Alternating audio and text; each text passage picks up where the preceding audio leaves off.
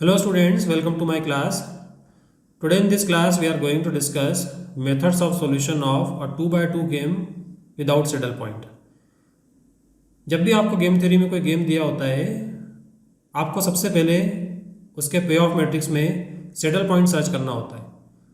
अगर saddle point exist करता है then that saddle point gives the solution of the game, और saddle point के करस्पॉन्डिंग जो भी स्ट्रेटेजीज हैं प्लेयर्स ए एंड बी की, वो उनकी ऑप्टिमल स्ट्रेटेजीज होती हैं।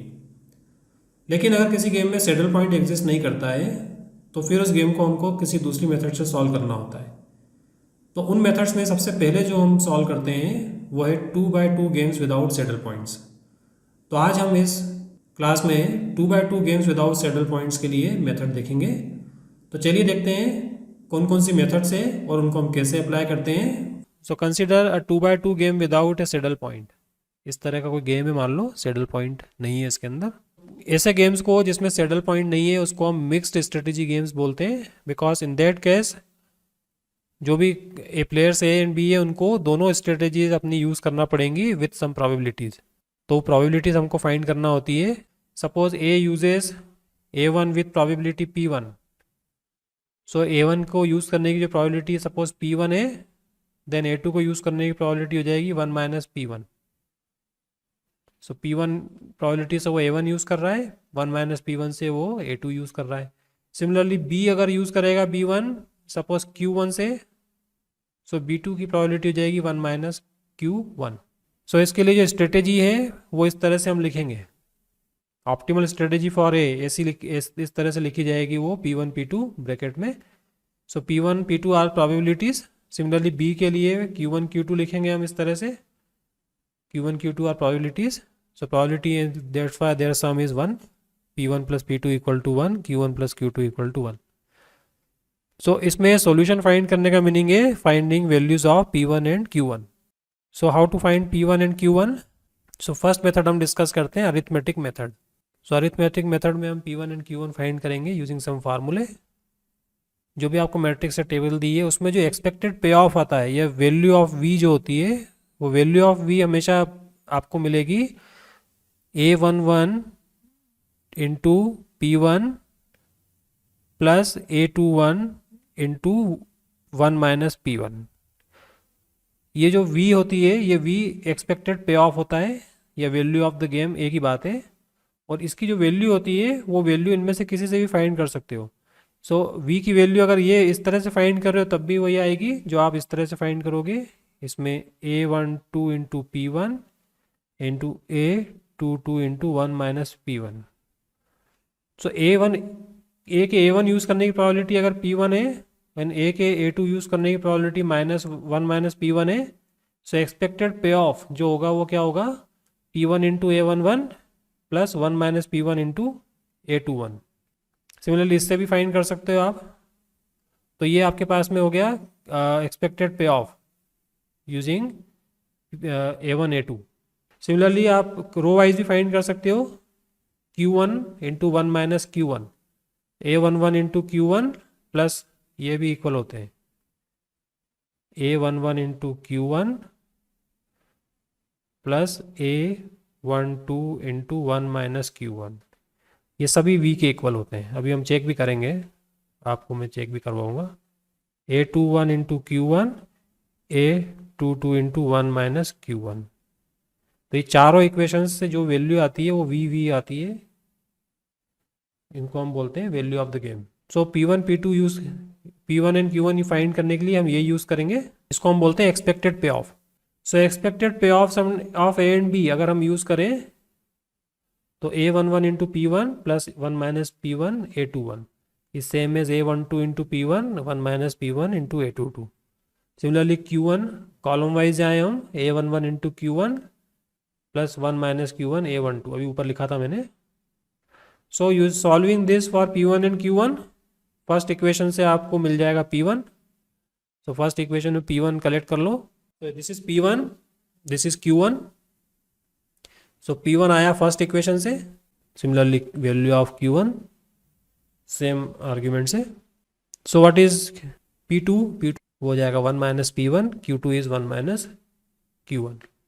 सो P1 एंड Q1 की वैल्यू इस तरह से फाइंड करेंगे हम। देन सेकंड जो मेथड है वो है मेथड ऑफ ऑडमेंट्स। मेथड ऑफ ऑडमेंट्स वो इस तरह से हम कैलकुलेट करते हैं A1 A2 B1 B2। सो यहाँ पर आपको जो A11 जो भी मैट्रिक्स दिया हुआ है उस मैट्रिक्स के अंदर जो ऑडमेंट्स हैं A1 A2 B1 B2 वो इस तरह से लिखेंगे हम। सो रो वाइज जो ऑडमेंट है वो इस तरह से हम लिखेंगे, कॉलम का जो ऑडमेंट्स है वो यहाँ लिखेंगे। तो यहाँ पर जो A1 आया है, A1 की वैल्यू होती है इनमें से जो भी मैक्सिमम है वो minus minimum, maximum value minus minimum.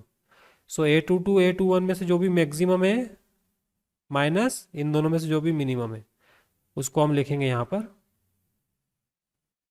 Similarly यहाँ पर जो मैक्सिमम है उसमें से मिनिमम माइनस करेंगे और उसको यहाँ लिखेंगे हम। सो फर्स्ट वाली रो में जो ऑडमेंट्स आएंगे वो सेकंड वाली रो से आएंगे, सेकंड वाली रो में जो मिनिमम है सॉरी मैक्सिमम है उसमें से मिनिमम माइनस करेंगे। सिमिलरली यहाँ पर है वो मैक्सिमम में से मिनिमम माइनस करेंगे फर्स्ट रो में। सिमिलरली ये B1 आया है तो B1 आया है A22 एंड A12 में से जो भी मैक्सिमम है वो माइनस मिनिमम। B2 जो आया है वो इन दोनों में से जो भी मैक्सिमम है माइनस मिनिमम। सो A1 सिंपल सा फार्मूला है, A1 is return using maximum of A21 and A22 minus minimum of A21 and A22। सो इस रो के अंदर जो भी मैक्सिमम है उसमें से मिनिमम माइनस करेंगे और उसको यहाँ लिखेंगे। सिमिलरली A2 के लिए इनमें से जो मैक्सिमम है उसको उसमें से मिनिमम माइनस करेंगे और यहाँ लिख देंगे।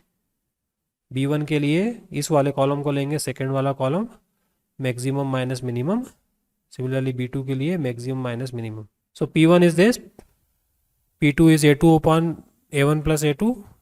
Similarly Q1 is B1 upon B1 plus B2 and this is B2 upon B1 plus B2। The game जैसा मैंने बताया आपको, कोई भी कॉलम ले लो या कोई भी रो ले लो, तो उस कॉलम के अंदर अगर कॉलम लिया है तो Q1 Q2 का मल्टीप्लाई करना पड़ेगा, रो लिए तो P1 P2 का मल्टीप्लाई करना पड़ेगा।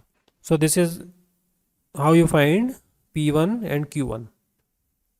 सो दो मेथड्स हैं 2x2 गेम के लिए, और ये तभी यूज़ करना है जब सैडल पॉइंट नहीं हो। सैडल पॉइंट होगा तो आपको ये मेथड यूज़ नहीं करना है।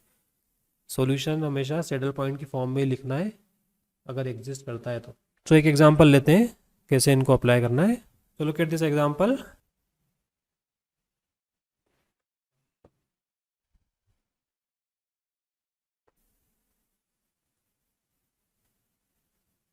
सो पे of matrix will look like this. तो दोनों के पास एक एक कॉइन है और दोनों थ्रो करते हैं उसको, तो उसके अकॉर्डिंग इनका पे ऑफ है। ये दोनों पर हेड आता है तो A विन करता है, दोनों पर टेल्स आता है तब भी A विन करता है, 8 रुपीज़ एंड 5 रुपीज़। और जबकि दोनों में एक में हेड एक में टेल है, दूसरे एक में टेल दूसरे में हेड है, तो B विन करता है रुपीज़ 7 एंड 5। तो ये तो हो गया आपका पे ऑफ मैट्रिक्स। मिनिमम फाइंड करो या मैक्सिमम फाइंड करो। सो इन दोनों का मिनिमम क्या है -5, इसका मिनिमम है -7, यहाँ है मैक्सिमम 8, इसमें मैक्सिमम है 5। मैक्सिमम मिनीमैक्स पॉइंट क्या होगा, what is Minimax, minimum of maximum वो है 5। मैक्सिमम का मिनिमम 5 है और मिनिमम का मैक्सिमम कितना है जिसको हम बोलते हैं मैक्सिमिन, -5। सो मैक्सिमिन है -5, मिनीमैक्स है 5, so there is no saddle point, दोनों अनइक्वल है। There is no saddle point, saddle point नहीं है तो फिर आगे आपको अरिथमेटिक या ऑडमेंट वाली मेथड दोनों में से एक यूज़ करना है। सो सैडल पॉइंट नहीं है तो मिक्स स्ट्रेटेजीज लेनी पड़ेगी। सो A एंड B के लिए P1 P2 and Q1 Q2 respectively, then use any of the methods. मैं दोनों मेथड से सॉल्व करूंगा इसको, बट आप कोई भी एक मेथड यूज़ कर सकते हो। पहली जो मेथड है arithmetic method, but it is very simple. P1 की वैल्यू है ये A11 है, ये A12 है, ये A21 है, ये A22 है। सो मैट्रिक्स के अंदर आपको ये पोजीशंस मालूम है A22 A21 क्या होते हैं। सिंपल सा है, यहाँ से उठा के आप वैल्यूज रख दो सारी।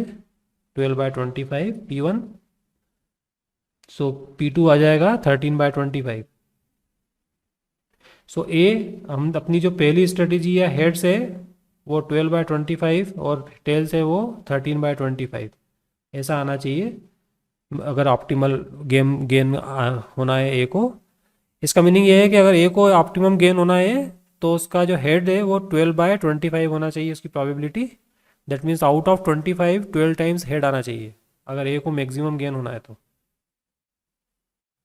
और टेल्स आना चाहिए उसको 13/25। इसका मतलब है 13 टाइम्स टेल्स आ जाए और 12 टाइम्स हेड्स आ जाए तो ए का गेन मैक्सिमम होता है। सिमिलरली क्यू का गेन मैक्सिमम होगा अगर out of 5 times 2 times heads आ जाए एंड बाकी 3 टाइम्स टेल्स आ जाए। तो दोनों के लिए ऑप्टिमल स्ट्रेटेजी ये है। डेसिमल में कन्वर्ट कर सकते हो इसको। तो ये 12/25 13/25 का मीनिंग है कि ए का गेन मैक्सिमम होगा अगर out of 25 times 12 times heads आ जाए और 13 टाइम्स टेल्स आ जाए तो ए का गेन मैक्सिमम होता है। सिमिलरली बी के लिए गेन मैक्सिमम होने के लिए ये कंडीशन है या प्रोबेबिलिटीज़ हैं या स्ट्रेटजीज़ हैं कि out of 5 times 2 times heads आ जाए और 3 टाइम्स टेल्स आ जाए।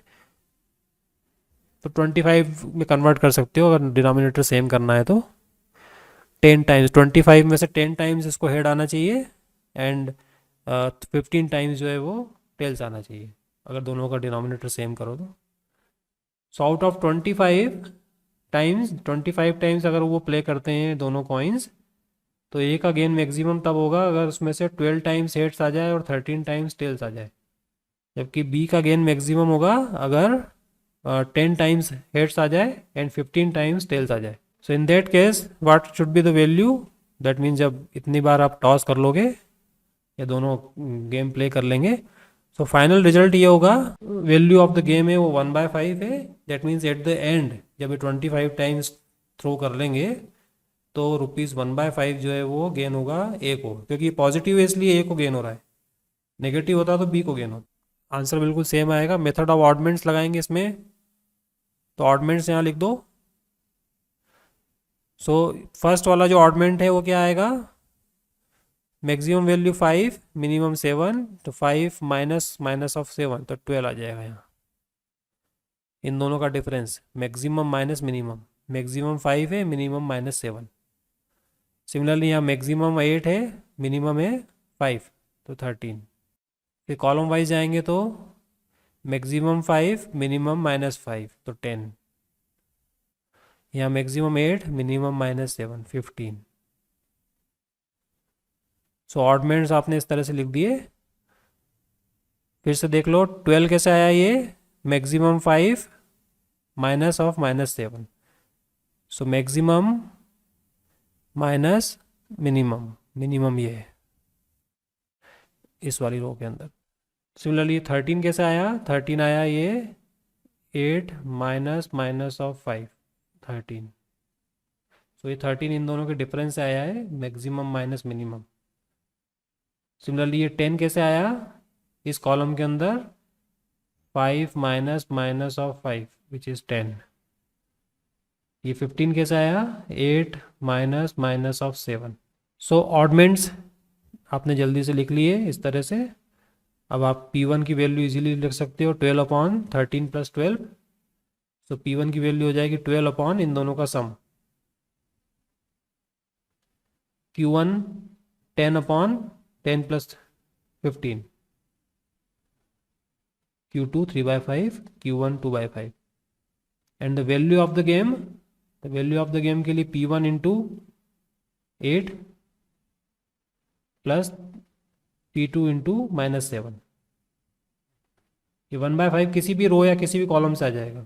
ये सेम वैल्यू आपको कॉलम से भी मिल सकती है। कॉलम में क्या है, Q1 है 2/5, तो 2/5 × 8 कर दो प्लस -5 × 3/5, चेक करो कितना है 3/5, 16/5 - 15/5। सो इस वाले कॉलम को लेके भी आप कर सकते हो 8 × 2/5, ठीक है। ये वाली B1 को यूज़ करने की प्रोबेबिलिटी है Q1, so Q1 × this 8, Q2 × this -5। सो किसी भी कॉलम या किसी भी रो से करो, ये एक्सपेक्टेड पे ऑफ सेम आएगा। सो दोनों से आंसर बिल्कुल सेम आएगा, कोई भी मेथड लगा लो, मेथड ऑफ ऑडमेंट्स और मेथड ऑफ अरिथमेटिक मेथड, दोनों में से कोई भी लगाओ। सो ये 2/2 गेम का सॉल्यूशन समझ में आया। ये तभी लगाना है जब सैडल पॉइंट नहीं हो, सैडल पॉइंट हो तो मत लगाना इसको। So these were the methods for a 2x2 game without settle point. एक बात आपको ध्यान रखना है कि दोनों मेथड्स तभी लगाना है जब मैट्रिक्स में कोई सेटल पॉइंट नहीं हो। अगर सेटल पॉइंट एग्जिस्ट करता है तो आपको सॉल्यूशन सेटल पॉइंट वाली मेथड से ही लिखना है। So I hope you understood these methods. Thank you very much.